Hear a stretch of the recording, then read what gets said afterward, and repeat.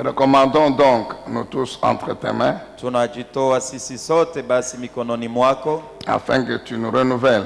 hivi utufanizie upya. D'une part, la faveur d'être des instruments dans tes mains Ngambo moja, fadhili ya kuwa vyombo mikononi mwako pour la proclamation de ta kwa parole. sababu ya sisi kutangaza neno lako, D'autre part, na hata kwa wengine tous ensemble à l'écoute de cette parole. sote pamoja kwa kusikia neno lako. Nous avons donc tous besoin ce matin Alafu sisi sote asubuhi ya leo tunahitajia de ton esprit de compréhension, Roho wako wa uelevu, de révélation ya ufunuo de ta parole.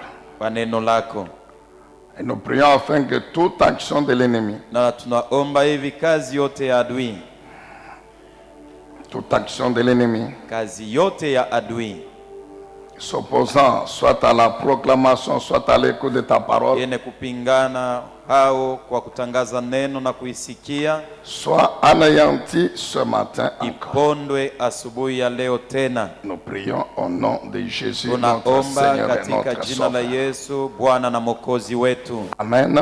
Amina. Pour acclamer encore le Seigneur, Tupige tena notre Dieu. makofi kwa sababu ya Bwana. Soit Asifiwe loué, tena. qu'il soit béni, notre Dieu. Asifiwe na abarikiwe Mungu Que wetu. son nom soit élevé, que son nom soit exalté. Jina lake litukuzwe, jina lake liinuliwe, Et que toute la gloire lui revienne aujourd'hui encore. na utukufu zote zimrudilie tena siku ya leo. Soyez donc bénis en sa présence. Alafu mubarikiweni mbele yake, Et soyez dans la joie de le servir aujourd'hui na encore. mufurahieni kumtumikia tena siku ya leo. C'est une grâce que nous puissions exister Ni neema vile tuko wazima et que nous soyons dans son sanctuaire na pour le servir. tupatikane ndani ya nyumba yake kwa sababu ya kumtumikia. Que son nom soit loué, que son nom soit béni. Jina lake lisifiwe, jina lake libarikiwe. Amen, peuple de Dieu. Amina. On peut nous mettre Jean chapitre 14. Mutuwekee Yohane 14. Jean chapitre 14. Yohane 14. Merci Seigneur.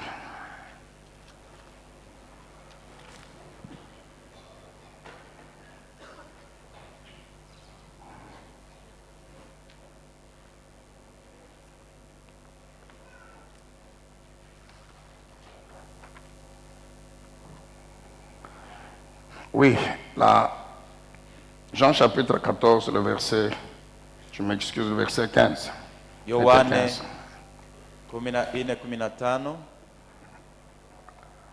Nous relisons encore ce passage. Tutasomlula tena andiko hii.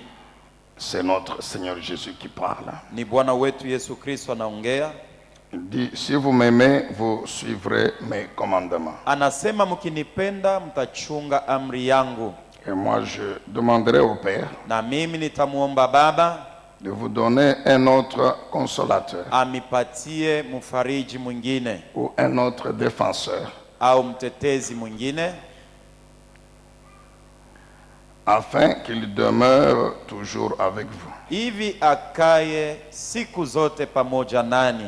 C'est l'esprit de vérité, Ni Roho wa ukweli, celui que le monde est incapable de recevoir, ni yule watu wa dunia hawawezi parce qu'il ne kumpokea le voit pas et ne le connaît kwa pas. sababu wao hawamuone na hawamjue. Quant à vous, vous le connaissez, Lakini nini mnamjua? car il demeure auprès de vous et il sera en vous. Kwa sababu anakaa pamoja nani na atakuwa ndani yenu. Car il demeure auprès de vous et il sera en vous. Kwa sababu anakaa pamoja nani na atakuwa ndani yenu.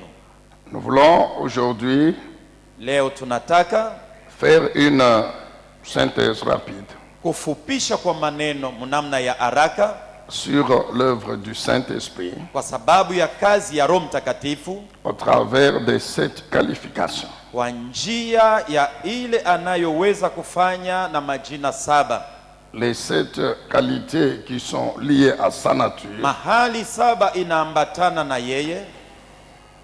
les 7 qualités de Mahali l'identité 7 du Saint-Esprit. ya kitambulisho kia Roho Mtakatifu, Et c'est au travers de ces qualifications na ni kupitia ile majina que nous pouvons comprendre et percevoir na tunaweza kuelewa na kushika une partie de son œuvre. sehemu fulani ya kazi Une yake, partie de son œuvre dans l'église. sehemu fulani ya kazi yake ndani ya kanisa, Une partie de son œuvre dans nos vies. sehemu fulani ya kazi yake ndani ya maisha yetu. Amen, peuple de Dieu. Amina.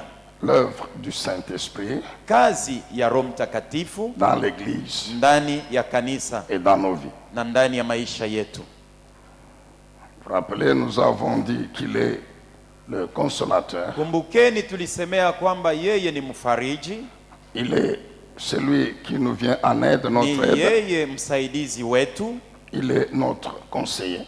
yeye ni mshauri wetu, Il est celui qui nous fortifie, notre renforceur. ni yeye anatupa moyo, anatupa nguvu, Il est notre conseiller, ni mshauri wetu, intercesseur, mwombezi wetu renforceur. wa kutupa nguvu, Il est le défenseur eko mtetezi wa kutusemea en justice. mbele ya kisambo. Il est le stand-by, Yeye anakuwa ule mwenye anakuwa na sisi, anatupa nguvu ya kuwa le imara. stand-by.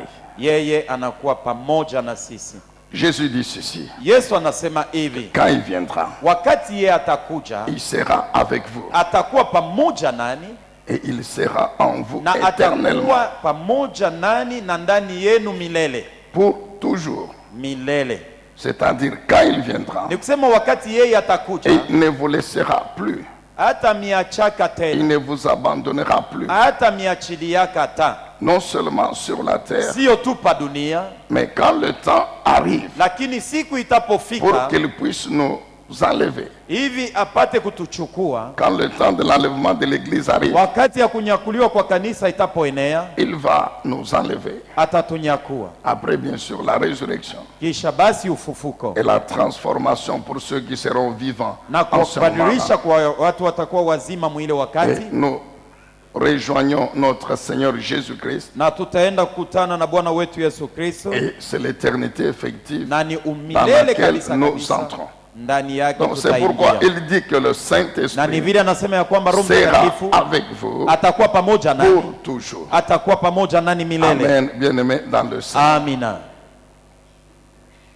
Il sera en vous, Atakuwa ndani yenu, non seulement avec vous, sio tu pamoja mais nani, il sera en vous. lakini atakuwa ndani yenu. Tous nous savons Sote tunajua que l'objectif principal de notre Dieu, ya kwamba lengo kubwa ya Mungu wetu c'était de faire de son enfant, de son fils, son temple. ilikuwa ya kufanya mwana wake, mtoto yake awe hekalu yake.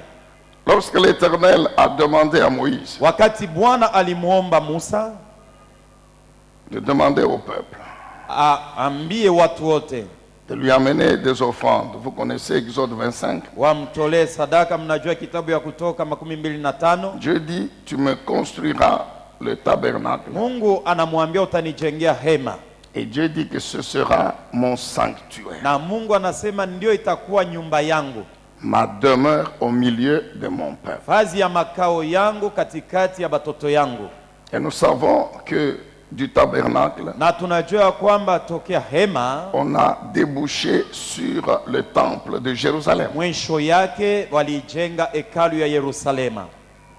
Et lorsque le Seigneur Jésus-Christ est Na arrivé, wakati Bwana Yesu Kristo alipofika, Dieu a atteint l'objectif qu'il Mungu poursuivait. alifikia kifukuzio kienye alikuwa anafukuzia, C'est-à-dire ce temple spirituel ni kusema hekalu ya kiroho qu'est l'Église inayokuwa kanisa et qui est formé des temples spirituels individuels na inatungiwa na hekalu que ya sont kiroho ya les upekee chrétiens, les fidèles. banayekuwa bakristo baminifu. Quand nous lisons Zacharie chapitre 6, Tukisome kitabu ya Zakaria sura yake ya 6 le verset 12, 13 et la suite, shairi ya 12, 13 na il yafuatayo, est question de ce temple spirituel banasemea juu ya hekalu ya kiroho que le Seigneur Jésus-Christ ile Bwana Yesu Kristo allait bâtir pour l'éternel. alipasha kumjengea wa Le milele. Seigneur Jésus est venu Bwana Yesu alikuja et il a accompli la mission na alitimiza kazi et il est parti na alienda. et le Saint-Esprit est venu Roho Mtakatifu anakuja Si on nous met encore 1 Corinthiens 3,16, Ukituwekee Wakorinto wa kwanza sura ya 3:16, tous nous devons connaître ce verset. sote tunapasha kujua hii andiko. Où il est écrit clairement Kule imeandikiwa waziwazi que tout notre être, ya kwamba umutu wetu ote, esprit, âme et corps, roho, nafsi na mwili est le temple de Dieu. ni hekalu ya Mungu. Dans 1 Corinthiens 3,16, Wakorinto wa kwanza sura ya 3:16, Paul nous exhorte à savoir, à connaître Paulo anatuonya tujue na que tupate nous sommes kutambua le temple de Dieu ya kwamba sisi ni hekalu ya Mungu. par son esprit qui est en nous. Kupitia roho wake anakuwa ndani Jésus a yetu. dit, il sera en vous, Yesu alisema atakuwa ndani yenu, temple de Dieu, hekalu ya Mungu, par le Saint-Esprit kupitia Roho qui est Mtakatifu l'Esprit de Dieu anayekuwa roho wa et Mungu qui est en nous, na anapatikana ndani dans yetu, notre esprit, ndani ya roho yetu, dans notre âme. ndani ya nafsi yetu, Et comme l'esprit et l'âme na vile roho na nafsi sont dans le corps, vinapatikana ndani ya donc mwili, il est aussi dans le ni corps. kusema na yeye anapatikana ndani ya C'est mwili. ce que 1 Corinthiens 6,19 Ni ajoute. ile Wakorinto wa kwanza sura ya 6:19 inaongeza. 1 Corinthiens 6,19 précise Wakorinto wa kwanza Complete. sura ya 6:16 inaongeza que votre corps na inasemea kwamba mwili yako est le temple du ni Saint-Esprit. hekalu ya Roho Et Mtakatifu. je viens de dire, c'est parce que Na natokea mkusema ya kwamba ni kwa sababu l'esprit roho qui est le temple par excellence An- du Saint-Esprit, anayekuwa dans hekalu le ya corps. kiroho bora ya Mungu, par conséquent, na hata njo vile le biko corps devient aussi le temple du Saint-Esprit. mwili saa vile ndani yake mko roho, na ye anakuwa hekalu ya Roho Et Mtakatifu. l'apôtre, par le Saint-Esprit, est allé plus loin, Na mtume kupitia Roho Mtakatifu alienda mbali zaidi jusqu'à tirer donc cette conclusion. mpaka mkufunga maneno kusema Que hivi, puisque tout notre être, kwa sababu umutu wetu esprit, wote, âme et corps, roho, nafsi na mwili, temple de Dieu. tuko hekalu ya Mungu. Donc désormais, nous ne nous appartenons pas. Ni kusema saa vile njo vile tuiko, hatuna tena bashi benyewe, Vous ne vous appartenez donc point à vous-même. hamna tena bamwe benyewe. Amen. Amina, Amen, bien-aimé. amina. Esprit, âme et corps, Roho, nafsi na mwili, temple de Dieu. hekalu ya Mungu. Donc nous ne nous appartenons pas. Alafu basi hatuna Donc, basisi nous wenyewe, appartenons à Dieu. tuko ba Mungu. C'est Dieu qui est notre Ni propriétaire. Mungu njo Et c'est mkubwa pourquoi il dit yetu, par conséquent, na njo vile anasema saa vous vile njo vile devez tous biko, les jours glorifier le Seigneur. kila siku mumutukuze Bwana Par votre esprit, votre âme et votre corps, kupitia roho, nafsi na mwili yenu, par les activités de tout votre être, kupitia makazi yote les ya umutu activités wenu de toutes les composantes de votre na être. makazi ya viungo vyote vya Vous devez umutu wenu, glorifier le Seigneur munapasha kumtukuza Bwana parce que vous ne vous appartenez kwa pas. sababu hamuna bamwe Et si nous benyewe. rentrons dans 1 Corinthiens 3, Na 16, 17, tukirudia katika Wakorinto wa il est kwanza ajouté 3:16, que 17 si inaongezwa quelqu'un détruit le temple de kama Dieu, mtu anabomola hekalu ya Mungu, Dieu le détruira. Mungu naye atamuua. Amen, Église. Amina. Donc tu es le temple de Dieu Alafu wewe uko hekalu ya Mungu par le Saint-Esprit de Dieu qui est en toi. kupitia Roho Mtakatifu wa Mungu anapatikana Alors ndani si yako. tu détruis le temple de Dieu, Ukibomole basi hekalu ya bien sûr Mungu, par le péché, hakika ni kupitia zambi, Dieu te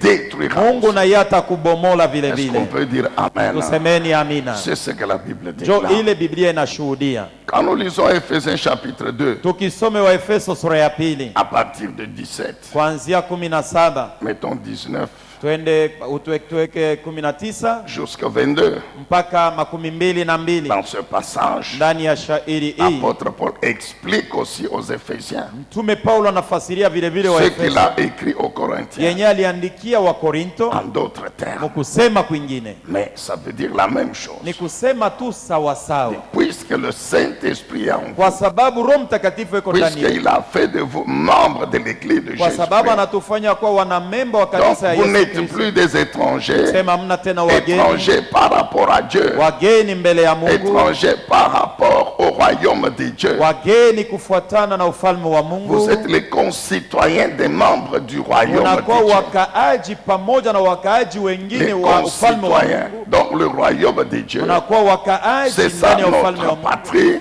Njo nchi yetu Et nous sommes les citoyens. na tuko wakaaji.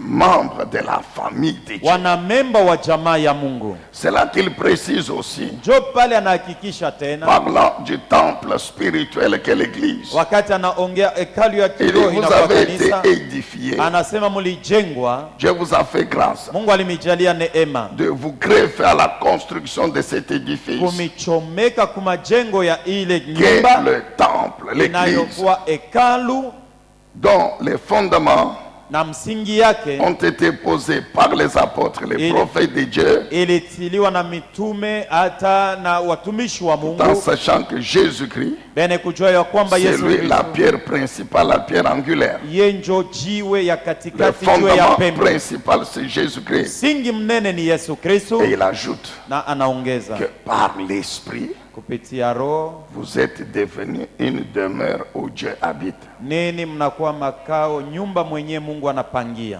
Dites bien Amen. Sema amina mzuri. Je dis ceci. Nasema hivi, L'apôtre dit, mtume anasema par le Saint-Esprit, kupitia Roho qui est Mtakatifu l'Esprit de Dieu, anayekuwa Roho wa vous Mungu, êtes devenus na mwe mnakuwa une demeure nyumba où Dieu habite. na makao ya Mungu.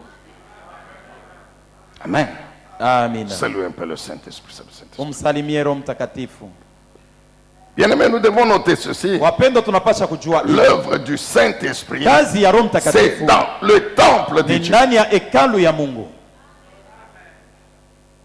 C'est ça son travail Njo kazi yake, pour lequel il est venu sur la terre. kwa sababu ya ile alikuja pa dunia C'est de déployer sa puissance ni kutumikisha uwezo wake et d'œuvrer dans le temple de Dieu, na kutenda ndani ya hekalu ya Mungu, c'est-à-dire l'Église ni kusema kanisa universelle de Jésus-Christ, ya ulimwengu ya pa dunia ya Yesu Kristo, organisée yene kutungiwa en communauté locale, en assemblée locale, mu makundi mbalimbali ya panafasi ayant des temples locaux comme celui-ci, na mahekalu ya panafasi et kama dans hii, lequel les temples individuels na ndani yake kila mtu kama qui hekalu forment palwa cette église invisible banatunga kanisa isionekana na macho et servent le Seigneur. na wanamtumikia Bwana.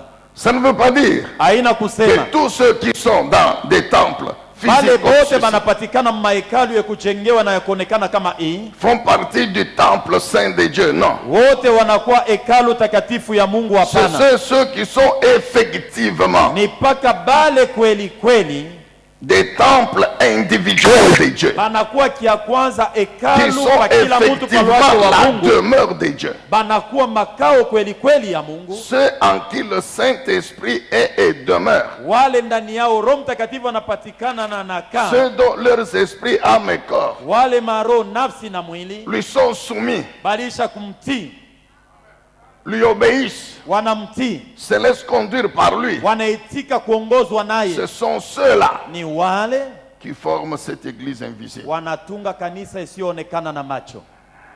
Amen, bien-aimé dans le Seigneur. Amina. Donc, tous les jours, mon frère, Alafu kila siku ndugu yangu, tu dois te poser la question. unapasha we mwenyewe kujiuliza Est-ce ulizo, que je continue à remplir les conditions alafu mi huyu na leo ningaliki natimiza d'être makanuni, la demeure en esprit de Dieu? alafu niko makao ya Mungu wa Nous kiroho. devons savoir nous arrêter régulièrement Tunapasha kujifunza kila mara kusimama et nous kwanza poser la question. na kujiuliza ulizo, Est-ce que je suis encore le temple alafu de Dieu? mi huyu na leo ningaliki hekalu ya Mungu. Bien-aimé, Mpendwa, quand la trompette va sonner, siku tarumpeta le italia, Saint-Esprit, Roho Mtakatifu il ressuscitera atafufulaka ceux qu'il a conduits dans le sein d'Abraham. pale ye alipeleka ndani ya kifua kya Abrahamu, C'est-à-dire ceux qui, quand ils étaient vivants, kusema bale wakati balikuwa bengaliki bazima ils étaient son temple. balikuwaka hekalu yake, Ainsi, quand leur corps est mort, na siku ile mwili yabo il a ilikufa, amené leur esprit dans le sein d'Abraham. alibeba roho yao na Et ce kuipeleka sont mkifua ceux-là kya qu'il Abrahamu. ressuscitera. Jo bo bale Yesu ye atafufula. C'est clair. Iko wazi, Vous pouvez dire Amen sema amina, ou ne pas dire Amen. au kama unakatala C'est kusema ce que la amina, parole de Dieu jo déclare. ile neno la Mungu inatangaza. Ceux qui seront vivants Bale batakuwa bengaliki bazima lors de l'enlèvement, siku ya il n'y a kunyakuliwa, que ceux qui seront en ce moment-là ni mpaka benye bale batakuwa bene kupatikana mwile le wakati temple du Dieu vivant. hekalu ya Mungu aliye hai. Amen.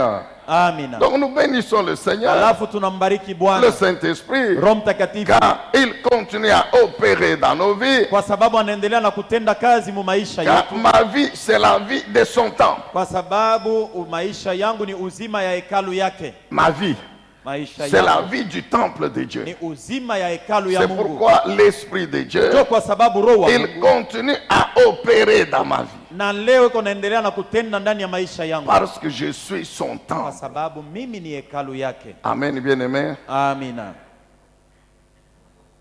Il sera avec vous. Atakuwa pamoja nani, Il sera en vous. atakuwa ndani yenu. C'est notre stand-by. Njo ule anayekalaka iko na shie. Amen. Amina. Le Saint-Esprit, Roho Mtakatifu c'est notre stand-by. njo ule eko na sisi, Qu'il soit loué, qu'il soit béni. asifiwe na Nous abarikiwe. avons compris quand nous lisons Ésaïe 61, Tulielewa wakati tulisoma Isaya 61 du 1er au 7e verset. kuanzia Prenons shairi ya juste ce kwanza mpaka 7. texte là-bas. Tubebe tu ile andiko. Ce texte nous révèle Hii andiko inatufunulia l'œuvre du Seigneur Jésus par le Saint-Esprit. kazi ya Bwana Yesu kwa njia ya Roho Mtakatifu. Donc avant même que le Saint-Esprit ne vienne effectivement, Mbele hata Yesu Kristo kuja kabisa bien sûr kabisa, concernant le peuple de Dieu, yeye kuelekea watoto wa Mungu, déjà il a rempli Jésus de sa puissance. lakini alimujaza Yesu na Et uwezo le wake, Seigneur Jésus-Christ, na Bwana homme Yesu Kristo rempli du mwenye Saint-Esprit, kujazwa na Roho Mtakatifu il a opéré alitenda tout ce qu'il a fait sur la terre. vile vyote alitenda. Mais quand on lit Ésaïe 61, 1 à 7, Ukisoma Isaya 61 mwanzo mpaka cette 7, œuvre se résume en un mot, la consolation. hii kazi inafupishwa mtangu mmoja, faraja. Cette œuvre qu'il accomplit par le Kazi Saint-Esprit yenye alitimiza kwa njia ya Roho se Mtakatifu résume en un seul mot, inafupishwa mtamko la moja, consolation. faraja. Il dit l'Esprit du Seigneur est sur moi. Anasema Roho wa Bwana iko juu yangu kwa sababu alinipaka mafuta. Pourquoi? Kwa sababu gani? Pour annoncer une bonne nouvelle aux malheureux, Juu ya kutangazia habari njema kwa wenye aux ole, humiliés. wenye kupatizwa aya. Les malheureux, les humiliés ici sont ceux qui reconnaissent Watu leur wa ole na pauvreté kupatizwa aya spirituelle. ni wale wanatambua ya kwamba wanakuwa wamaskini Nous katika avons roho. déjà expliqué ce que ça signifie. Tulishafasiria ni kusema nini, Et la consolation pour ces humiliés, na faraja kwa sababu ya wale wenye pour kupatizwa ces aya, pauvres pia spirituels, wamaskini katika roho. leur consolation, c'est la bonne nouvelle. Faraja yao ni habari njema, Annoncer une bonne nouvelle aux pauvres spirituels. kutangaza habari njema kwa wamaskini Leur wa kiroho. consolation, c'est cette bonne nouvelle. Faraja yao ni habari Et njema. quelle est cette bonne nouvelle? Habari njema ni ya C'est que je, le royaume de Dieu, sema ufalme wa c'est Mungu leur héritage. njo urithi yao. C'est ça la bonne nouvelle Njo habari njema qui console les pauvres spirituels. inapatia faraja wa Ceux maskini qui katika roho, spirituellement pale mukiro sont impuissants, banakosa uwezo, mais qui reconnaissent lakini wanatambua qu'ils ont un Dieu ya kwamba beko na et que s'ils Mungu, croient en ce Dieu, bakimwamini ule Mungu ils deviendront puissants. batakuwa ba uwezo. Alors Jésus dit, Alafu Yesu anasema leur consolation, faraja yao c'est cette bonne nouvelle. ni habari njema, C'est que je leur donne mon royaume. ni kusema na wapatia ufalme Matthieu wangu. chapitre 5, Matayo sura ya 5 le verset 3, shairi ya 3 c'est ce que la Bible dit. ni ile Biblia inasema, Heureux, eri qu'ils soient heureux, wawe wa qu'ils eri soient bénis, wabarikiwe qui?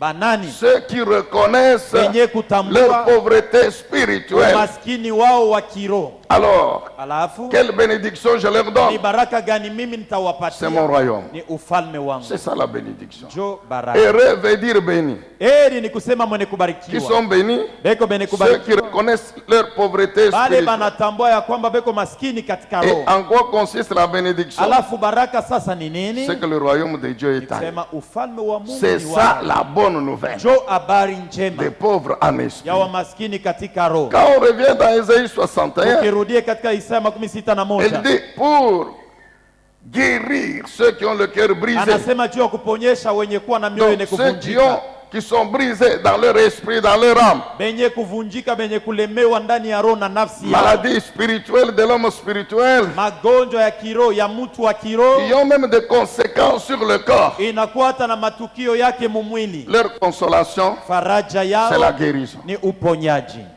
C'est la guérison. Leur ni consolation. uponyaji, njo faraja yao. Vous prenez les captifs. unabeba wafungwa, vous prenez les prisonniers, unabeba wafungwa, quelle que soit la nature de la captivité, ingawa hali ya quelle que kifungo, soit la puissance qui les emprisonne, ingawa uwezo inawatia ndani ya korokoroni. ces gens ont aussi besoin du consolateur. Hawa watu wanamhitaji vile vile Et mfariji, qu'est-ce que le consolateur na fait? mfariji anabafanizia Il nini? déploie sa puissance, Anatumikisha uwezo il wake, les libère, anawatia huru, il les délivre. anawafungula. Amen, bien-aimé. Amina. Que celui qui peut se trouver dans de telles situations Na ule anaweza kupatikana mwa mambo et kama qui hii, laisse cette parole retentir dans son esprit, na aingize hii neno ndani yake, soit libéré ce matin. atiliwe huru asubuhi ya leo, Soit libéré ce matin. apate kuwa huru asubuhi ya leo, Au nom de Jésus. katika jina la Yesu. Amen, Église. Amina. Pour ceux qui sont endeuillés, Juu ya benye kupatikana qui sont mukilio, frappés par la mort, banapatikana na lufu, la consolation de notre Dieu, faraja ya Mungu c'est la wetu restauration. ni marekebisho, Une restauration telle que marekebisho ya mkipimo, leur vie maisha yao devient un rayonnement glorieux de notre Dieu. inakuwa kumeremeta kwa utukufu Leur kwa vie Mungu finisse wetu. par rayonner la gloire de Dieu. Mwisho ya yote maisha yabo inameremeta na C'est ce utukufu que wa le Mungu. Seigneur dit. Ni ile Bwana anasema, Je prendrai de la splendeur. nitabeba Je vais kumeremeta, enlever la cendre. nitatosha Je majifu, vais enlever tout ce qui caractérise ceux qui sont endeuillés, nitatosha Tout ile ça. yote inaoneshaka sema huyu mtu eko mukilio, qui font qu'ils deviennent comme de la cendre. ile yote inafanya waonekane Je vais wafanane na enlever. majifu, Et nitaiondosha je vais donner de la na splendeur. nitawapatia Je vais kumeremeta, enlever la tristesse, nitatosha huzuni, l'amertume. nitatosha Je vais hata mettre l'huile uchungu, de joie, nitaweka mafuta ya c'est-à-dire ma furaha, puissance dans leur esprit, nikisema dans leur uwezo cœur. wangu ndani ya roho na manafsi yao. Je vais faire d'eux des térébintes, Nitabafanya kuwa mialo, térébintes de la justice, mialo de ya Dieu. uwaki, Une plantation shamba de moi l'Éternel, yangu mimi Bwana, qui rayonne ma gloire. inayoonesha utukufu wangu. La Bible dit dans Isaïe 6:13, Biblia inasema katika Isaya 6:13, parlant des térébintes et des chênes, inasemea juu ya mialo na miti ingine ile mrefu zaidi. dit que ces arbres, Inasema ile miti quand bien même on les coupe, hata kama inakatwa, à moins qu'on les déracine, isipokuwa tu kama banatosha na mais kishiki si kyote, on laisse lakini bakiache la kishiki, souche en terre, kishiki muudongo, même si le feu passe, hata kama moto inapita juu ya kishiki, la souche va finir mwisho yake kile kishiki par donner une descendance. kitazaa tena muti ingine. Amen, bien-aimé. Vous Amina. savez, il y a certaines morts Unajua kuko malufu ingine qui font que tout a été détruit. inafanya ya kwamba vyote La vimeharibishwa, famille a été détruite. jamaa imeharibishwa, Le papa est mort, baba la anafariki, maman est morte, mama anafariki, les enfants sont restés tout petits. batoto banabakia badogo kabisa, Mais par la puissance de la compassion de notre lakini Dieu, kwa uwezo ya huruma vous ya Mungu revenez wetu 10 ans après, 20 ans unarudia après, kisha miaka on 10 vous wakati dit fulani que ces enfants ici, banakuambia c'est sema la watoto, famille des tels. njoo jamaa ya bale La mort a coupé. lufu lulikata, C'est une petite souche. inabakia kishiki ndogo. Même quand on se promène en brousse, on ne la voit pas. Hata kama unatembea polini hauione. La souche, ce sont ces petits-enfants. Alafu kile kishiki njoo bale batoto kidogo kidogo bale Et quand banabakia, ils sont restés, wakati banabakia, donc les gens, il n'y a personne. ni kusema hakuna mtu wa Il n'y a kubangalia, personne qui ose prendre. hakuna mtu hata wa kusema paaba hivi wanabakia, mimi nitabeba amo ba fulani. Hakuna, Il n'y a personne. hakuna, Il n'y a personne. hakuna mtu. Il y en a qui disent si peut-être leur maman était là. Kama kuna bengine banasema kama mama yabo alikuwa ingaliki Mais mzima, leur maman est partie aussi. lakini mama yabo na yeye hanafariki, Leur maman est partie aussi. mama yabo na yeye hanafariki. Parfois, ce sont des gens qui ne Wakati sont même pas membres de famille, mais wakati qui ingine prennent ni, ces enfants. ni, ni bantu tu bengine abana hata bamujamaa njoo banakuwa na Qui prennent baangali ces enfants. banabeba bale batoto Le compatissant, na wa uruma Dieu le Tout-Puissant, Mungu wa uwezo yote par sa compassion, kwa huruma wake ces enfants grandissent. bale batoto beko na komala, Les enfants grandissent. beko na komala, Puis un jour, kisha siku ingine voyez ces enfants ici. munaona haba batoto hapa, C'est elle. njoo batoto ya C'est baba elle. fulani balikuwa C'est baba elle. yabo Amen, alikuwa ni bien fulani. Amina. Le consolateur. Mufariji. Bien aimé, il arrive dans notre vie. Mpendwa, binatufikiaka wakati ingine maisha, Sur ce chemin que nous parcourons sur la terre, musafari yenye tuko ndani pa dunia, il peut arriver que nous soyons confrontés inaweza kutufikia tupambane à des combats. Les combats, nous en avons tous les jours. na mvita tuko nayo, tunapatikana nayo kila siku, On en a tous les jours. tuko napatikana nayo kila siku, Et parfois, on se retrouve dans des situations de faiblesse, na wakati ingine tunajikuta muhali ya udhaifu, des combats acharnés. vita ya matata. Satan et ses démons et les sorciers Shetani, mandemona na walozi wake qui refusent de lâcher, banakataa kutuacha, qui refusent de lâcher. banakataa kutuacha.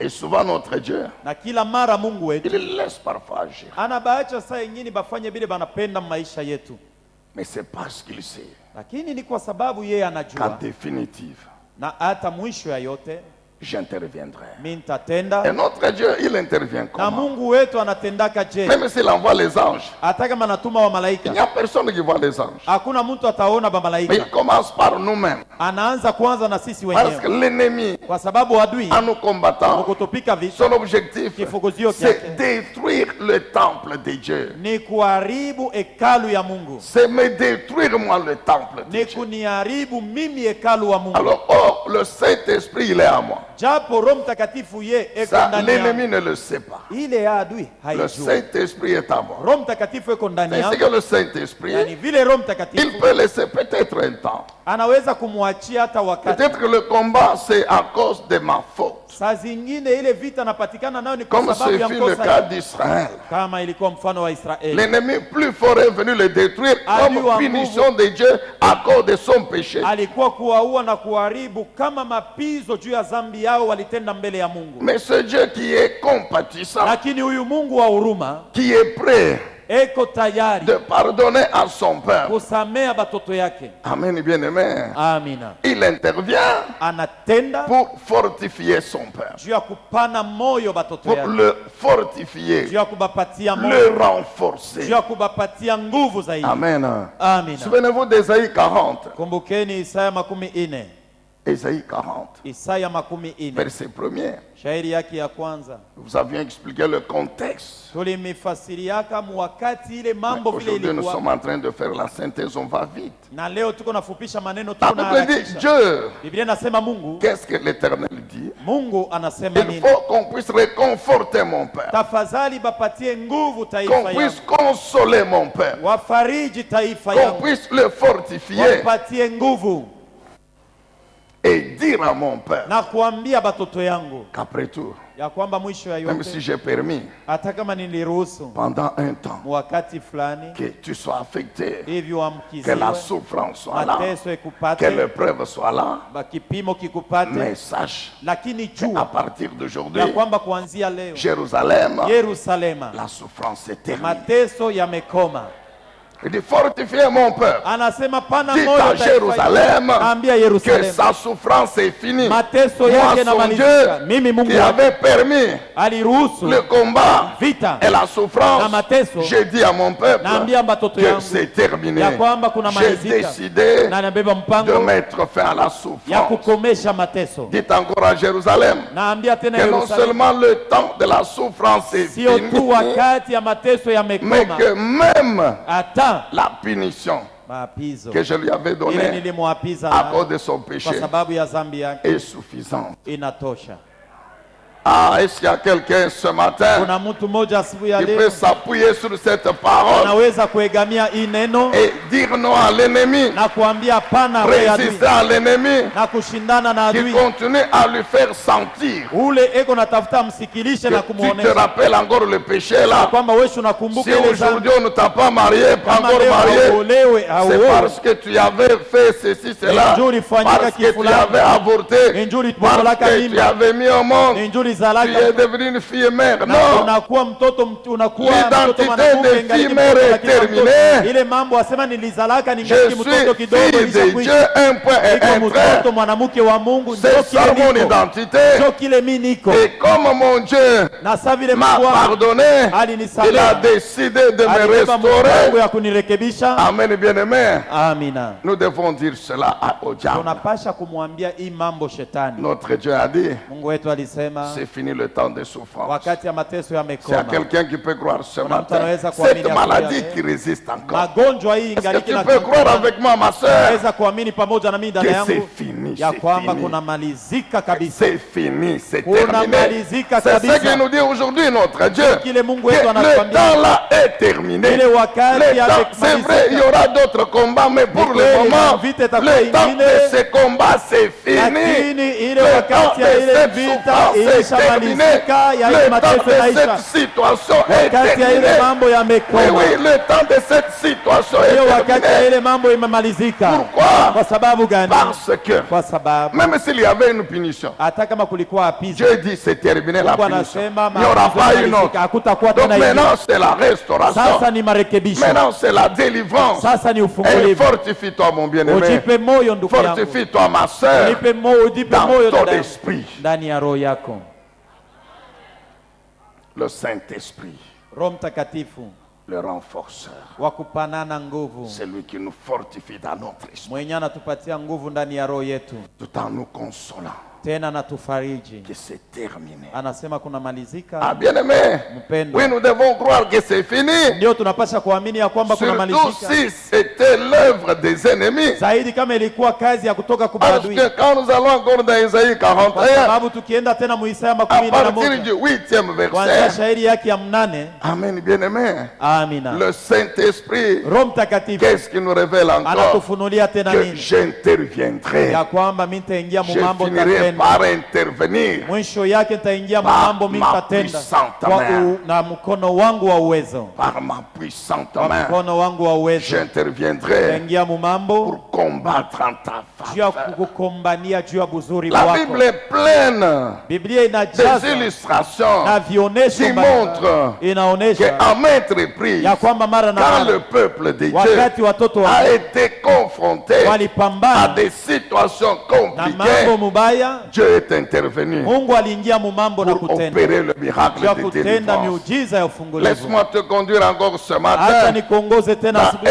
Exode chapitre 14. Kitabu ya Kutoka 14. Exode 14. Kitabu ya Kutoka Oui, 14. oui, bien-aimé. Ndio mpendo. Qu'est-ce que la Bible nous rappelle encore ce Biblia matin? inatukumbusha tena nini ya Israël Israeli? est sorti. Batoto ba Israeli Sorti de l'esclavage, balitoka mbutumwa comme toi et moi. sawa vile wewe na mimi. Sorti du monde. Tulitoka Nous sommes mdunia dans l'église. tuko mkanisa. Pendant que nous cheminons, Wakati tuko la msafara, Bible déclare, Biblia inatangaza Pharaon, Farao endurci toujours par Dieu. mwenye kupana roho mgumu mpaka na Parce que Mungu, Dieu voulait en finir avec lui. kwa sababu Mungu alipenda kumalizana naye. Alors qu'est-ce que Dieu a dit? Alafu Mungu alisema Pour nini? en finir avec Kwa Pharaon, kumalizana na il Farao, faut que j'anéantisse son armée. tafadhali niponde askari bake Par bote. conséquent, je vais lui dire, Alafu nitamwambia organise l'armée. na kusanisha Israel. jeshi bobafukuzie C'est batoto ce ba que la Israeli. Bible dit. Njo ile Biblia Dieu dit à inatuambia. Moïse, Mungu anaambia Musa, j'endurcirai Pharaon nitampa roho mgumu Farao pour lui faire la démonstration de ma juu puissance. nimwoneshe kionesho waziwazi ya uwezo yangu. Amen, bien-aimé. Amina. Il arrive des fois que nous nous posons la question. mais, Inafikaka Seigneur, wakati wengine tunajiuliza, les Mungu, combats, Seigneur, mais vita tu Bwana. vous envoyez le feu, c'est comme si c'est de l'eau que vous envoyez. Ulituma moto Vous sani mai envoyez. huko na mwanga, L'ennemi résiste toujours, adui engariki pale mwenye sans kushimama savoir bila ye que kujua c'est l'Éternel ya kwamba ni qui est Bwana en train de l'endurcir ndio nampatia pour roho en finir avec juu ya lui. kumalizana lote naye. C'est ce que Dieu dit. Ndio kile Mungu Et c'est anasema, ce que Paul l'apôtre na dit ile aux tume Romains. Paulo anaambia Waroma, Il fait grâce à Israël, anajalia son neema peuple, Israeli mais il taifa yake, endurcit Pharaon lakini anampatia roho pour ngumu lui Farao faire juu la démonstration de amuoneshe sa waziwazi puissance uwezo wake afin vile que iko, sa gloire hivi remplisse utukufu soit wake révélée par toute la ijaze na terre. ijulikane pa dunia yote mzima. Amen, bien-aimé. Amina. Et les Israélites ont eu peur, c'est vrai. Na batoto ba Israeli balisikia oga, ni kweli, Ils avaient raison d'avoir peur. balikuwa na sababu na sheria ya kusikia oga, Ils avaient raison d'avoir peur. balikuwa na sheria ya kusikia oga. C'était encore frais la délivrance, mon frère. Na sasa nakuambia ufungulivu ilikuwa ingaliki Ils njoe étaient na encore naipata. tout près de l'Égypte. Balikuwa bengaliki karibu na Ils Misri. connaissaient la force de Pharaon. Balijua nguvu ya Et Farao. puis ils se rendent compte Na kisha que banajitambulia le même Pharaon, mpaka ule son Farao, armée est jeshi yake derrière. iko na wafukuzia nyuma. Son armée est derrière. Jeshi ya Farao iko na wafukuzia nyuma Et devant, na mbele. ils savent qu'il y a d'autres obstacles, dont Banajua la mer kwamba Rouge. kuna Donc ils se vizuizi sont vingine na retrouvés bahari nyekundu wanajikuta entre la mer Rouge katikati ya bahari et nyekundu l'armée de Pharaon. na jeshi ya Et Farao. comme ils marchaient à pied, Sasa vile Boba alikuwa anatembea donc na ils miguu. étaient sûrs qu'avant même d'arriver à la mer, Bali hakikisha wasema mbele ya saa ya kufika kwa bahari nyekundu, Pharaon va les rattraper. Farao atatukamata. L'armée de Pharaon va les faire revenir en Jeshi ya Égypte. Farao itaturudisha mu Bon, c'est Misri. ce qu'ils ont dit à Moïse. Na ni Non, vile non. walimwambia Musa, Nous, hapana, nous t'avions dit, sisi laisse tulikuambiaka utuache tu, continuer à servir les utuache Égyptiens tuendelee na kutuatumikia afin bana de Misri mourir bien. hivi tukufu elufu mzuri. Comme si un esclave a une bonne mort. Iko saa mtumwa, kama iko mtumwa wa mtu anaweza kufa elufu Un mzuri. esclave. Un esclave. Mtumwa atakufa elufu Non, mzuri. il fallait nous laisser Ilifai servir kutuacha les Égyptiens endelea na kutumikia wana afin que Misri. quand nous mourrons, on nous enterre bien. Siku tutakufa Maintenant, basi nous siku allons namna mourir mzuri. dans Sasa le tutakufa désert. mujangwa. Non, Hapana, il ne nous a pas introduits dans son royaume hakutuita pour que mufalme nous wake. puissions mourir. Non, Njoo tukufu c'est wemo pourquoi hapana. il a Na ni vile dit, alisema, celui qui est en moi, ule iko ndani il yako ne mourra jamais. kufaka. Amen, Église. Amina. Nous savons ce que Dieu a fait. Tunajua kenye Mungu alifanya. Il est terrible, notre Dieu. Mungu Bien, wetu il ni wa faut matata. craindre Dieu. Amen. Et Pendo mon muogope frère, Mungu. Sikia tu ndugu, dois craindre Dieu. Tu dois unapasha craindre. kumwogopa Mungu. Abandonne cette vie-là de bizarrerie, mon frère. Acha ile maisha yako ya ovyo ile. Sois sérieux, mon frère. Ujiheshimie ndugu yangu. Soyons sérieux. Tujiheshimieni shibote. Il est terrible, notre Dieu. Mungu wetu ni wa matata. Quand nous croyons en lui Wakati et que tunamwamini nous démontrons cette foi na tunaonesha ile imani par la démonstration kwa kio. pour avoir Hapana seulement kionesha. le mariage, Uko nataka pour kuonesha avoir l'argent, uojo, pour faire kupata ceci, franga, non. La ufanye kifaa, démonstration kionesho que je suis son ya temple kwamba mimi njoo et hekalu que mon yake esprit a mes corps na roho nafsi ont na comme mwili première mission na kazi yao ya de le kwanza glorifier. kumtukuza yeye. Il ne peut jamais laisser l'ennemi me détruire. Hawezi kamwe kuachilia adui La Bible aniharibu. dit Dieu a commencé par détruire les roues des chars. Biblia inasema Mungu alianza kwanza kuharibisha magurudumu ya gari ya Oui, wale ils askari. étaient sur les chars Boba alikuwa magari et ils avançaient plus walikuwa nasonga parce mbele haraka qu'Israël marchait à pied. kwa sababu watoto wa Israeli walikuwa wanatembea kwa Dieu miguu. détruit les roues des chars. Mungu anavunja gurudumu ya magari yao. Amen, bien-aimé. Amina. Il est terrible, notre Dieu. Mungu wetu ni wa matata. C'est ce que souvent les ennemis croient. Njo kila mara baadui betu wanazani yake Ils sont plus rapides que ya kwamba notre Dieu. beko haraka sana kutushindia. Détruit les roues des chars. Ale anavunja gurudumu ya gari. Amen. Amina. Pendant ce temps, Israël marche à pied. Mwile wakati watoto wa Israeli beko natembea kwa miguu. Deux. Kia pili, L'ange malaika qui était devant alikuwa mbele yao, quitte devant, anatoka vient kumbele, se mettre anakuwa kuikala derrière Israël. kumukongo ya batoto ba Israeli. Quel Dieu. Ni Mungu wa je. Ah, mon frère, je crois que tu allais acclamer. Ndugu quand yangu même. nilizania kwamba utapiga makofi. C'est pourquoi David a dit l'ange de l'Éternel est derrière. Na Il ni vile campe Daudi autour de ceux alisema qui craignent Dieu. ya kwamba malaika wa Bwana Campe yuko nyuma na autour chunga wenye des kuogopa enfants Mungu. de Dieu. Anakuwa kando kando ya L'ange watoto qui wa était Mungu. devant, Malaika il alikuwa vient, mbele, il est anakuja, derrière Israël. anakuwa nyuma ya watoto wa Israeli. Troisièmement, Kia tatu, la nuée ile qui était devant, ilikuwaka mbele quitte aussi là-bas, na hiyo inatoka vient se kumbe. mettre Wingu inakuwa entre kuikalia Israël katikati ya et watoto wa l'armée de Israeli Pharaon. na jeshi ya La Farao. Bible déclare, Biblia inashuhudia pendant la nuit, usiku la nuée éclaire tout Israël. ile wingu ilikuwa Tout naangalia a watoto continué wote wa à lui Israeli montrer le chemin sur juu ya lequel il devait kuendelea marcher. kuwaongoza munjia Mais ile les balipasha kuendelea. Égyptiens qui sont derrière l'Israël, Lakini batoto ba Misri cette wanakuwa nyuma nuée ya est Israeli. ténèbre pour eux. Ile wingo inakuwa ni giza La kwao. lumière de notre Dieu, c'est pour Mwangaza wa nous. Mungu wetu La puissance du Saint-Esprit de Dieu, c'est pour nous. na uwezo ya Mungu wetu na mwangaza ni Nous yetu qui sisi. sommes son temple. Si hekalu yake. Amen, bien-aimé. Amina. Ce qui fait que la nuit, Na ni vile usiku les Égyptiens, wana non Misri seulement les roues des chars sont détruites, sio tu gurudumu ya gari ilishaharibishwa, la nuit, c'est une obscurité totale. usiku kwao ni giza mno. Amen.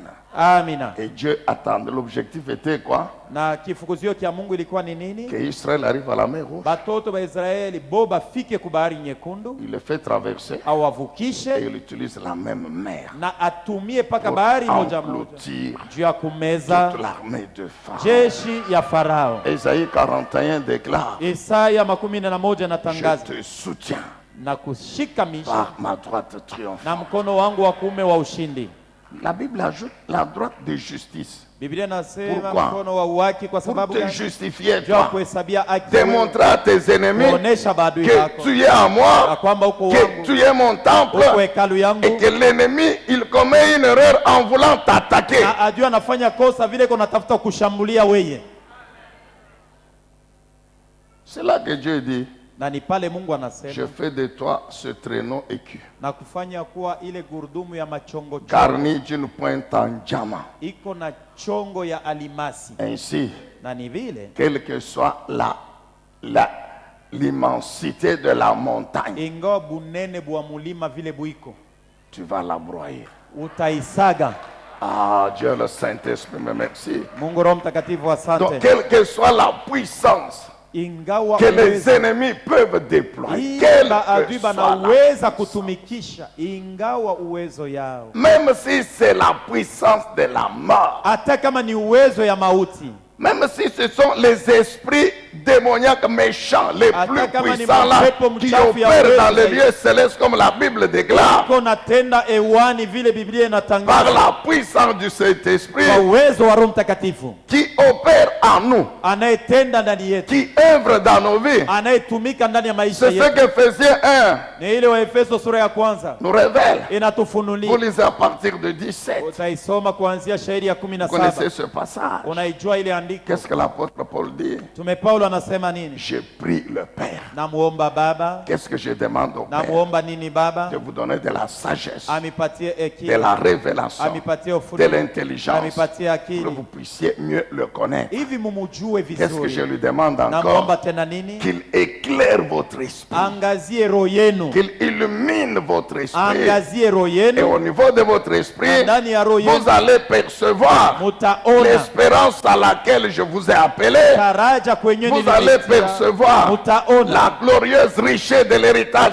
auquel je vous ai destiné. tajiri ya utukufu Vous ya allez neno nimetayarisha, percevoir mtaona ma puissance uwezo d'une wangu grandeur illimitée, ya ukubwa bila mwisho, d'une grandeur infinie. ya ukubwa Et la bila Bible mwisho, dit bila que mpaka. cette puissance, Na Biblia inasema Dieu ile la uwezo met en œuvre dans nos vies. Mungu anaitumikisha ndani C'est ya tout à maisha fait yetu. normal. Parce que Inawezekana nous sommes son temple. kwa sababu sisi ni C'est hekalu pourquoi yake, sa puissance, ndio kwa sababu d'une uwezo wake grandeur illimitée, ya unene bila mwisho œuvre dans nos vies. iko natumika maisha yetu, Et cette puissance na ile a uwezo commencé par vaincre la mort. ilianzia kushinda mauti, C'est pourquoi Jésus est ressuscité. na ni vile Yesu alifufuka. Non seulement il a vaincu la mort, Sio tu alishinda et mauti, il a vaincu alishinda vile tout ce que vile Satan pouvait mettre comme blocage vizuizo pour vyote vya empêcher shetani Jésus juu ya kumzuiza Yesu de rentrer auprès du Père. asirudi kwa Baba. Oh, Amen, Église. C'est Amina. cette puissance. Ni ile La uwezo Bible dit, Biblia Dieu inasema la met en œuvre dans nos vies. Mungu anaitumikisha ndani ya maisha yetu. Amen. Amina. Oh, qu'il te fasse grâce ce matin. Akujalie neema asubuhi ya Qu'il leo, te fortifie par cette puissance akupe d'une moyo na grandeur uwezo hii illimitée. ya bunene bila Ainsi mwisho. même la mort, Hata lufu elle va céder devant toi. utaacha njia La mort mbele va yako. céder le passage. Lufu lutakuachia La mort njia. va partir. Lufu Elle lutaondoka, va lâcher sa résistance. utaacha utakankamana Parce tena, que la puissance qui va l'affecter, kwa sababu uwezo c'est celle de utamkamata Dieu ni ile dont ya la Mungu. Bible déclare qu'elle Biblia est inasema illimitée. ya kwamba haina na mpaka, haina na mwisho. Amen, bien-aimé. Amina. Que Dieu soit loué, que Dieu soit béni. Mungu asifiwe, Mungu abarikiwe. Qu'est-ce qui peut encore nous bloquer? Ni kitu gani tena kinaweza kutuzuiza sisi asubuhi ya leo? Il arrive qu'on puisse être bloqué Inafikaka tunaishi vizuizo mbalimbali, malgré nos ressources personnelles, ingawa vyenye tunavyo kwa kimutu, malgré notre expérience professionnelle, ingawa kujua kwa kufanya kazi, malgré les études, ingawa masomo, malgré les biens matériels, ingawa vitu vya kuishi navyo, mais il arrive qu'on soit bloqué. lakini natufikiaka C'est normal tunazuizwa. parce que nous sommes des hommes. Inawezekana kwa sababu tuko Quand wanadamu. le temps, les circonstances Kuna wakati na majira deviennent défavorables, inakuwa mbaya, notre expérience kujua kwetu kwa elle mambo est inutile. akufanye tena kitu, Là, le nom de notre famille, na jina ya jamaa yetu impuissant, ne peut rien haiwezi faire. kututendea kitu. La puissance Uwezo matérielle, financière, ya fedha na vitu vya kuishi personnelle ou navyo de la famille ne yenye peut uko rien navyo faire. hao vya jamaa yako haviwezi Parce kufanya que kitu, la situation est kwa défavorable. sababu mambo inakuwa Parce que mbaya. le temps, les circonstances travaillent contre. Wakati na majira inafanya juu chini, juu En wewe ce kwa mwali moment-là, mbaya, ni pale qu'est-ce qu'on va faire? tutafanyaje? Qu'est-ce que nous devenons? Na hata tutakuwa La banani? Bible déclare Biblia le inashuhudia Saint-Esprit, Roho Mtakatifu, maître du ciel et de la terre, Bwana wa mbingu na maître dunia, des temps et des Bwana wa circonstances, wakati na majira, il nous vient en aide. anakuja juu ya kutusaidia. C'est ça l'avantage. Njoo faida Lorsqu'il se tunayo. rend compte Wakati que anatambua son temple est bloqué ya kwamba hekalu sur yake le inazuiliwa chemin, musafari, lorsqu'il se rend compte wakati que anajitambua la situation est ya défavorable, kwamba mambo inakorokana, comme il ne tient pas vile ye à ce que hapendezi le temple échoue, hekalu izame, comme le projet qu'il a pour le temple, c'est prospérer, vile c'est aller maelekezo ya hekalu de, yake ni c'est kufanikiwa, aller de ni kwenda l'avant, mbele, c'est quitter la vallée. ni kutoka mubonde. Il vient en aide Anakuja kutusaidia par sa puissance. kwa uwezo wake. Amen, bien-aimés. Amina. Les temps, les circonstances Mbele ya majira deviennent favorables. inakuwa Que mzuri. cette semaine encore Juma hii et tena les jours à venir, na masiku za cette kesho, faveur divine fadhili ya kimungu opère encore dans votre vie. itende ndani yako. Bien-aimés, la faveur, c'est une réalité. Mpendwa, fadhili ya Mungu ni mambo ya kweli. La faveur de Dieu, Fadhili ya Mungu bien-aimés dans le Seigneur, pendwa ndani ya c'est Bwana une puissance terrible. ni uwezo ya matata ya C'est ajabu. pourquoi, Ni vile lorsque nous sommes quelque part, wakati que ce unapatikana soit au nafasi marché, fulani, iwe que ce kusoko, soit dans les affaires, iwe que ce mbiashara, soit au travail, iwe que mkazi, ce soit, iwe lorsque sijue nous sommes wapi, quelque part, wakati tunapatikana même si les nafasi gens ne fulani, sont pas payés, hata kama watu mais nous, on ne hawalipiwi va pas mshahara, dire, si nous hatutasema allons mourir. Non, non. tutakufa, hapana. Non, non, non. Dieu mon Père, Mungu baba il est yangu au-dessus anashindia du chef de l'entreprise. mkubwa wa Il est kampuni, au-dessus du anamshindia patron, mkubwa de wa mon kazi, patron là. mkubwa yangu Il est wa kazi. au-dessus des temps de Yeye circonstances. anashindia Lui wakati qui a wa dit, majira. Yeye alisema par le prophète David, kupitia nabii Daudi que je n'ai jamais vu ya kwamba mishi le juste yaonaka abandonné. mwenye uwaki Donc kuachiliwa. si le chef peut m'abandonner Kama mkubwa yangu wa kazi en ne anaweza me kunipa, payant pas, asinilipe mshahara. amen. Amina. Mais Lakini mon Père, baba yangu, mon Dieu, Mungu lui ne wangu va pas ye m'abandonner. hata C'est niacha, pourquoi il finira par pourvoir. na ni vile mwisho ya Donc yote je ne peux pas atafanya. chanter Sitasema la même chanson saa misemo que ya les watu païens saa ya qui bapagani travaillent avec moi dans wale beko l'entreprise, natumika qui pamoja na travaillent avec moi dans le magasin, je beko ne sais natumika où. muduga sijue Ils pamoja sont na non, on va mimi. mourir. Anasema shi tutakufwa Ils shi sont en train de compter le nombre de mois. beko na hesabia D'impayement. wingi wa miezi ile ambayo alipiwa. Le nombre de mois d'impayement, Wingi wa mwezi ya kukosa kulipiwa c'est le passé. ni mambo ilisha kupita haya. Mon Dieu Mungu wangu s'occupe de mon présent yeko nashughulikia et mambo yangu de mon ya avenir. na masiku zangu za kesho. C'est ça Njoo vile l'avantage que nous avons. faida ile shitu Le na Saint-Esprit, Roho Mtakatifu comme mon corps, saa vile mwili yangu c'est son temps. njoo hekalu Il yake, ne permettra jamais hata ruhusu que kama les œuvres makazi des hommes, ya batu les situations na mamambo difficiles, ya magumu comme la famine, Kama comme je ne sais njaa, quoi, sasa puissent sijue nini détruire ipate mon kuharibu corps qui est son temple. na Non. kubomola mwili yangu Donc, inakuwa il hekalu finira yake. par Hapana, tout faire mwisho ya yote pour atafanya que juu mon chini corps vive juu toujours. mwili yangu iendelee na kuishi kila siku. Vous ne croyez pas, hein? Amwamini Là, vous ne croyez pas. hapa, njoo amwamini. La situation est défavorable pour les païens. Mambo iko mubaya. Pour Ni moi, enfant mabaya. de Dieu, Mimi mtoto wa Mungu c'est la faveur. ni buzuri, ni La fadhili, faveur.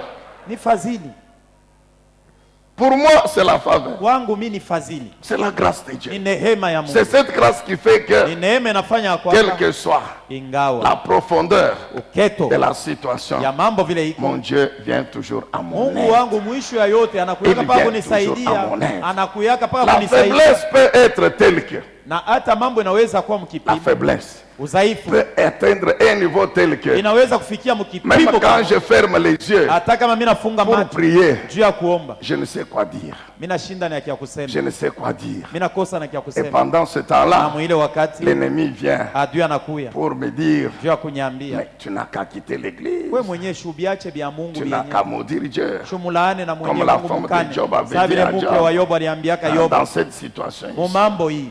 tu crois qu'il y a encore Wewe non? unazania sema Tu kutena perds le kingine. temps. Uko unapoteza wakati. Non, non. Hapana. Je résiste à l'ennemi. Mimi nakatala Je bila adui résiste à ananyambia. l'ennemi. Mimi nakatala bila adui Je ananyambia. résiste à l'ennemi. Mimi nakataa bila adui Parce que ananyambia. je sais Kwa sababu najua que le ya Saint-Esprit, kwamba Roho dont je Mtakatifu suis le temple, ule mimi niko il hekalu connaît wake, cette faiblesse. anajua ile Il udhaifu. connaît la profondeur de la Anajua détresse. uketo ya mateso ya tabu yangu. Il va intercéder. Ataniombea. Il va corriger mes prières. Atatengeneza kurudisha munjia maombi yangu. Parce qu'il y a des prières, Kwa sababu kuko que nous le maombi voulions ou non, upendo usipende qui sont inspirées non inavuviwa, par le Saint-Esprit, hapana na Roho mais Mtakatifu, par la souffrance. lakini kufuatana na mateso ile tuko naishi.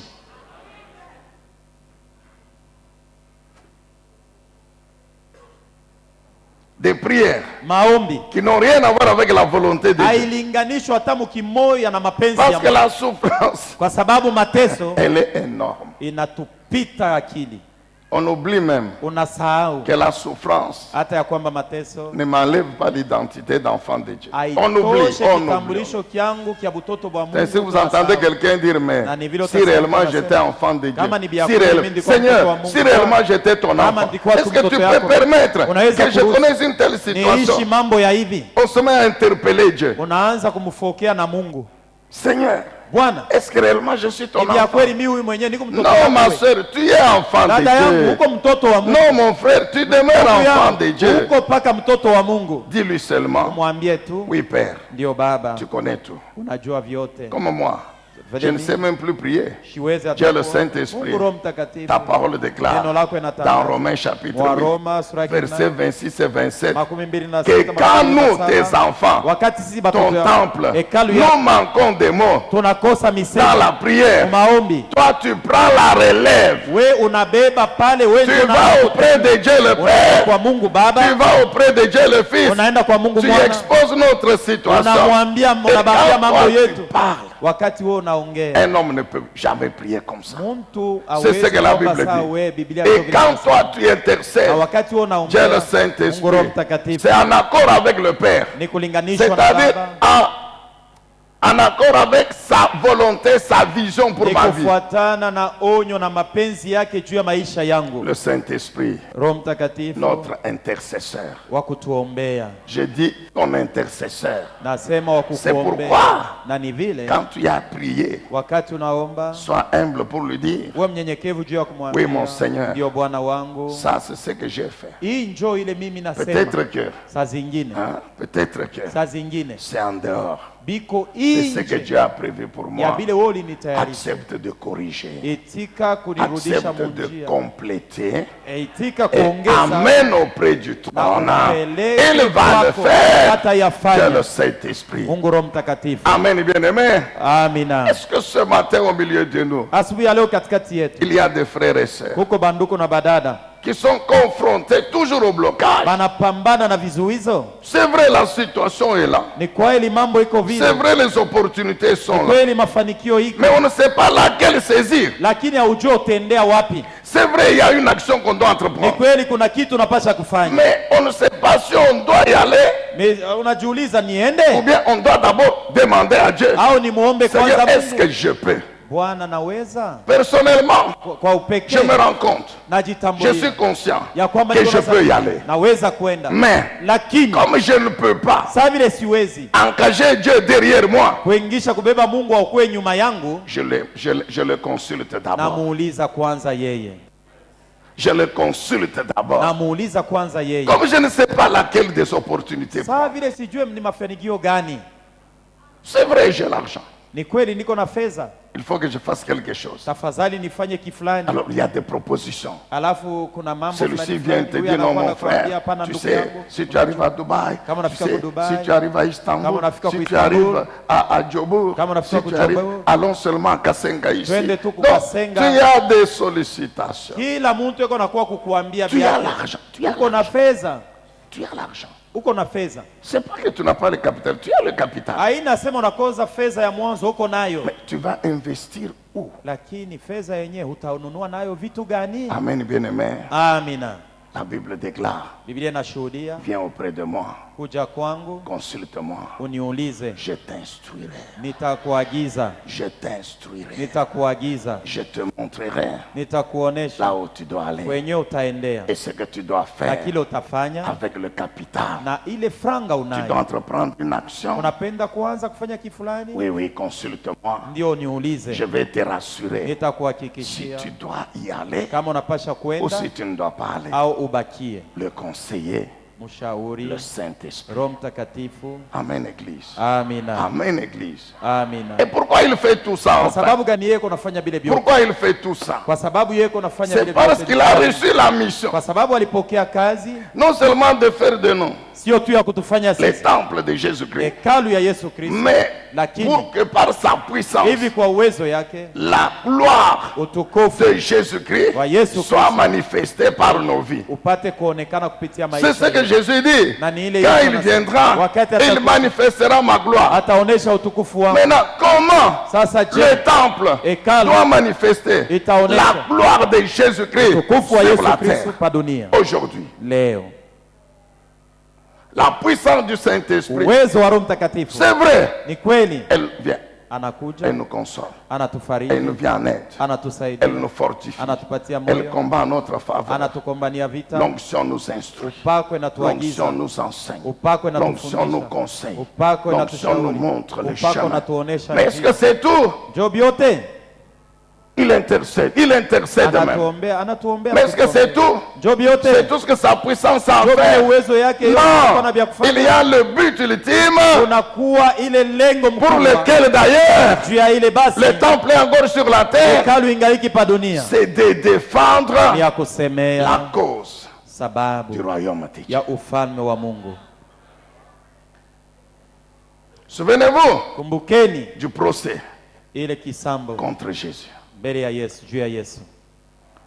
pharisiens lui ont dit, toi, tu ne respectes pas la loi sur le sabbat. 2, tu te dis l'égal de Dieu. Tu dis que Dieu est ton père et que toi tu es son fils unique. Et tu te fais l'égal du Père. Toi, tu es un blasphémateur et tu mérites la mort. Souviens-toi de Jean chapitre 5 où il a pris lui-même la défense, non seulement du Père, mais de lui-même. Tu as oublié dimanche passé. Et quand il est parti, avant de partir, il a dit, cette défense de Dieu le Père, de moi Jésus Dieu le Fils, de notre royaume, va se poursuivre. Elle sera assurée désormais par un autre défenseur, l'Esprit de vérité. Et l'Esprit de vérité, quand il est venu, il va défendre la cause de Jésus comment? Il va poursuivre ses défenses comment? C'est au travers de son temple que tu es. Tu peux, tu vois, tu ne dis plus amen. Hein? Okay, mais tu dois savoir, je t'ai déjà dit que la puissance du Saint-Esprit, Dieu s'attend aussi à ce que tu ouvres la bouche pour dire au monde qu'en dehors de Jésus, il n'y a pas de Dieu. Même si tu es faim, même si tu es nu, même si tu es affamé, même si tu es célibataire, tu es veuf, même si tu n'as pas mangé, tu es pauvre, mais le Saint-Esprit, sa puissance, ce n'est pas seulement pour te donner l'argent, pour te donner à manger, pour te guérir, pour te délivrer, pour combattre en ta faveur, pour faire tout ce dont tu as besoin. Mais sa puissance, c'est aussi pour que tu t'élèves malgré ta situation, pour dire au monde qu'en dehors de Jésus-Christ, il n'y a pas de Dieu. Pour dire au monde qu'il y a un seul Dieu, c'est le Dieu de la Bible. C'est lui l'unique et seul vrai Dieu. Tous les jours, nous le déclarons. Tous les jours, nous le proclamons. Qu'en dehors du Dieu de ce livre ici, appelé la Bible, il n'y a pas d'autre Dieu. Car lui-même, il a démontré, il continue à démontrer que c'est sa parole qui gère le monde. Non seulement il a créé l'univers, mais elle gère le monde. Il y a des lois qui règlent la vie de la planète Terre et des êtres vivants qui y sont. Vous n'avez qu'à lire Genèse 8, 22. C'est ce Dieu-là qui est le véritable. Et pour le connaître, pour arriver là où il est, pour vivre sa vie, il n'y a qu'un seul, c'est Jésus-Christ. C'est ça, mon frère. L'onction du Saint-Esprit, c'est aussi pour ça. Défendre la cause du royaume de Jésus-Christ contre ce monde incrédule, ce monde corrompu, dominé par Satan et son système. Le défenseur de la cause de Dieu. Le témoin de Jésus-Christ. Nous fermons les yeux. Nous sommes calmes.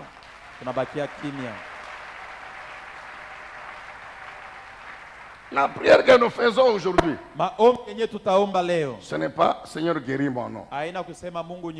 Pendant le message, les malades qui ont saisi la prophétie, nous croyons que Dieu les a guéris. Les stériles qui ont saisi la prophétie, nous croyons que Dieu les a rendus féconds. Ceux qui sont combattus, qui ont saisi la prophétie, Dieu va combattre pour eux, va leur donner la victoire.